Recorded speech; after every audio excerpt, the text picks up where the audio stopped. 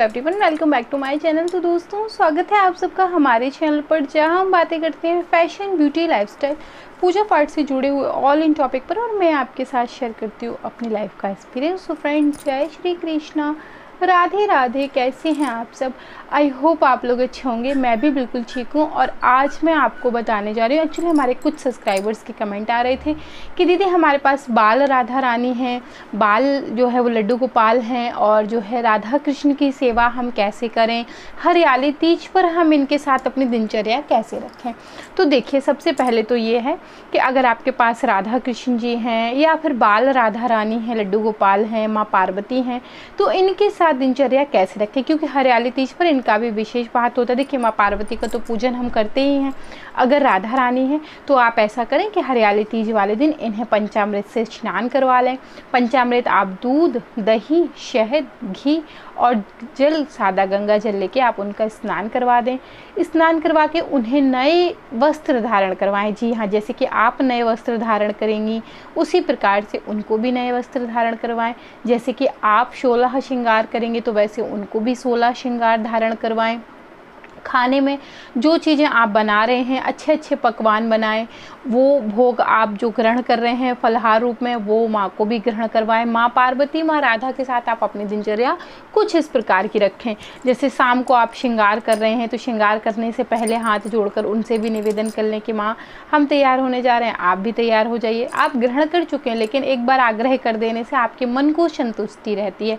तो इस प्रकार से आप माँ के साथ अपना पूरा दिन, जैसे कि आपके पास राधा जी हैं या लड्डू गोपाल हैं या आपके पास माँ पार्वती शंकर जी हैं। देखिए, शंकर जी माँ पार्वती का पूजन तो आप करेंगे ही, अगर नहीं है तो आप उनका आवाहन करेंगे, सुबह में विग्रह का आवाहन करेंगे। तो जो 16 श्रृंगार की सामग्री हम माँ को अर्पित करते हैं, माँ पार्वती जी को अर्पित करते हैं, तो उसी को आप शाम को फिर से उन्हें सजा के अच्छे से श्रृंगार करवा के, जैसे कि मैं आपको बताऊँ, आप लोग पिछली वीडियो भी वॉच कर लीजिएगा, अगर नहीं किए तो कर लीजिएगा। जैसे हमारे यहाँ बड़ी तीज का व्रत रहते हैं, कहने का मतलब हरतालिका तीज का व्रत रहते हैं। तो मैं तो हरतालिका तीज का व्रत रहती हूँ, पूजा होती है, क्योंकि वो हमारे ससुराल का जो है वो चला आ रहा है, आज तक नहीं छूटा है। मेरी सासू माँ करती आई, तो आज मैं भी उस परंपरा को आगे बढ़ा रही हूँ। हरियाली तीज का व्रत ना पूजा हमारे यहाँ मायके में भी नहीं होती और हमारे ससुराल में भी नहीं होती, व्रत नहीं रहा जाता, क्योंकि हमारे यहाँ हरतालिका तीज का रहते, इसलिए हरियाली तीज का नहीं रहते। लेकिन मुझे पूजा करना अच्छा लगता है, श्रृंगार करना अच्छा लगता है, तो मैं क्या करती हूँ कि मैं व्रत नहीं रहती लेकिन पूजा के सभी नियमों का पालन करती हूँ। माँ का श्रृंगार करती हूँ, राधा जी का, कन्हैया जी का श्रृंगार करके उनको झूला झुलाती हूँ, माँ गौरी का श्रृंगार करती हूँ, शंकर जी का विधि विधान से पूजा मैं सारी करती हूँ। पूजा में कोई कमी नहीं आती। जैसे आप लोग हरियाली तीज पर पूजा करते हैं, ठीक वैसे ही पूजा करती हूँ। भोग प्रसाद बनाती हूँ, सब्जी, पूड़ी, खीर, गुलगुले, जो भी मैं बना सकती हूँ, जो भी हस्बैंड के खाने का मन होता है वो बनाती हूँ, बिना प्याज लहसुन का, सात्विक तरीके से, और उसी का भोग मैं जो है वो भगवान जी को लगाती हूँ। तो इस प्रकार से मैं कर लेती हूँ। ज़्यादा हो तो कलश की स्थापना करके, लेकिन कलश की स्थापना करके तभी पूजा करनी चाहिए जब आप विधि विधान से व्रत रह के पूजा कर रहे हो। तो मुझे अच्छा लगता है इसलिए मैं करती हूँ। मैं व्रत नहीं रहती क्योंकि वो हमारे घर का चलन नहीं है, हमारे घर के चलन में नहीं है। तो भगवान का भी मैं मान रखती हूँ और अपनी परंपराओं का भी मान रखती हूँ, दोनों का मान रखते हुए कुछ इस प्रकार से अपनी दिनचर्या को रखती हूँ। तो सुबह में आप स्नान करा के उनका श्रृंगार करवा दीजिए, दोपहर में भोग पानी सेवा जो है वो करिए, शाम में भी आप चाहें तो श्रृंगार कर सकते हैं, या आपको सुबह में समय नहीं मिल पा रहा है तो आप शाम को श्रृंगार कर सकते हैं। तो इस प्रकार से राधा कृष्ण जी के साथ, गौरी जी के साथ, शंकर जी के साथ आप अपने व्रत को जो है वो आगे बढ़ा सकते हैं। जैसे कि कैसे दिनचर्या हो, तो आप इस तरीके की दिनचर्या रख सकते हैं। फूलों का गजरा जरा बना के लगा सकते हैं, माँ को खुद भी धारण कर सकते हैं। जैसे मैंने आपसे कहा 16 श्रृंगार आवश्यक होते हैं, जैसे कुमकुम हो गया, सिंदूर हो गया, बिंदी हो गई, चूड़ी हो गई, बिछिए हो गए, मेहंदी हो गई, बहुत चीज़ें होती हैं। तो इस प्रकार से आप उनको भी ज़रूर करवाएं। मिट्टी के विग्रह बना रहे हैं तो आप उनको भी विधान से श्रृंगार करें। ऐसा नहीं कि मिट्टी के तो उनको क्या श्रृंगार करना है यार, वो तो विसर्जन करना है, ऐसा कुछ नहीं है। मिट्टी के ही हैं, लेकिन याद रखिए कड़कड़ में प्रभु का वास होता है, छोटे छोटे पत्थर में भी भगवान का वास होता है, अगर आप मानते हैं तो। और अगर नहीं मानते तो कहीं कुछ नहीं है। तो मानने से ये मन के मारे जो है वो जीत होती है, मन के माने हार होती है, तो ये कहावत सही है। तो आप इस प्रकार से अपनी दिनचर्या राधा कृष्ण जी के साथ रख सकते हैं। ज़रूर से आप उनको भी जैसे कि आप चाहें व्रत करवाना तो आप व्रत के सभी नियमों का पालन कर सकते हैं उनको साथ में लेते हुए।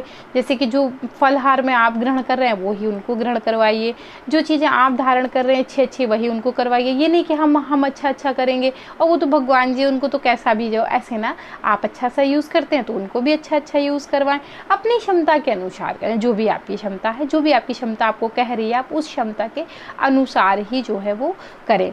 और जो है तीज कब है, तीज के लिए बहुत लोगों का कमेंट आ रहा था कि दीदी तीज कब है।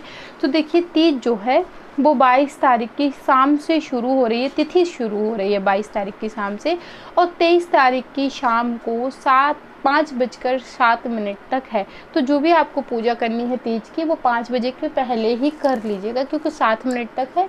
तो तिथि तो जो है वो शाम को 23 तारीख को समाप्त हो जाएगी।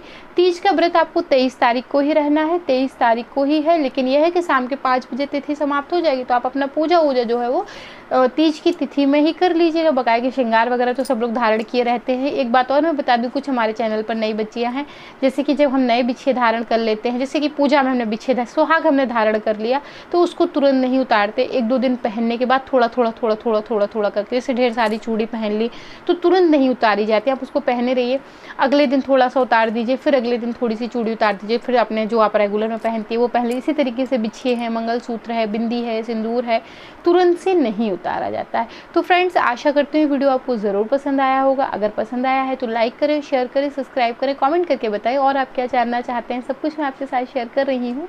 बकाया की जो भी कमी रह जाती है आप मुझे कमेंट ज़रूर करिएगा, मैं आप कमेंट में ही क्लियर कर देती हूँ। नहीं कर पाती हूँ तो वीडियो बना देती हूँ। आप मुझे इंस्टाग्राम पर ज्वाइन करना मत भूलिए। मैं मिलती हूँ न्यू वीडियो, तब तक के लिए जय Shri Krishna, Radhe Radhe, bye bye friends, bye bye.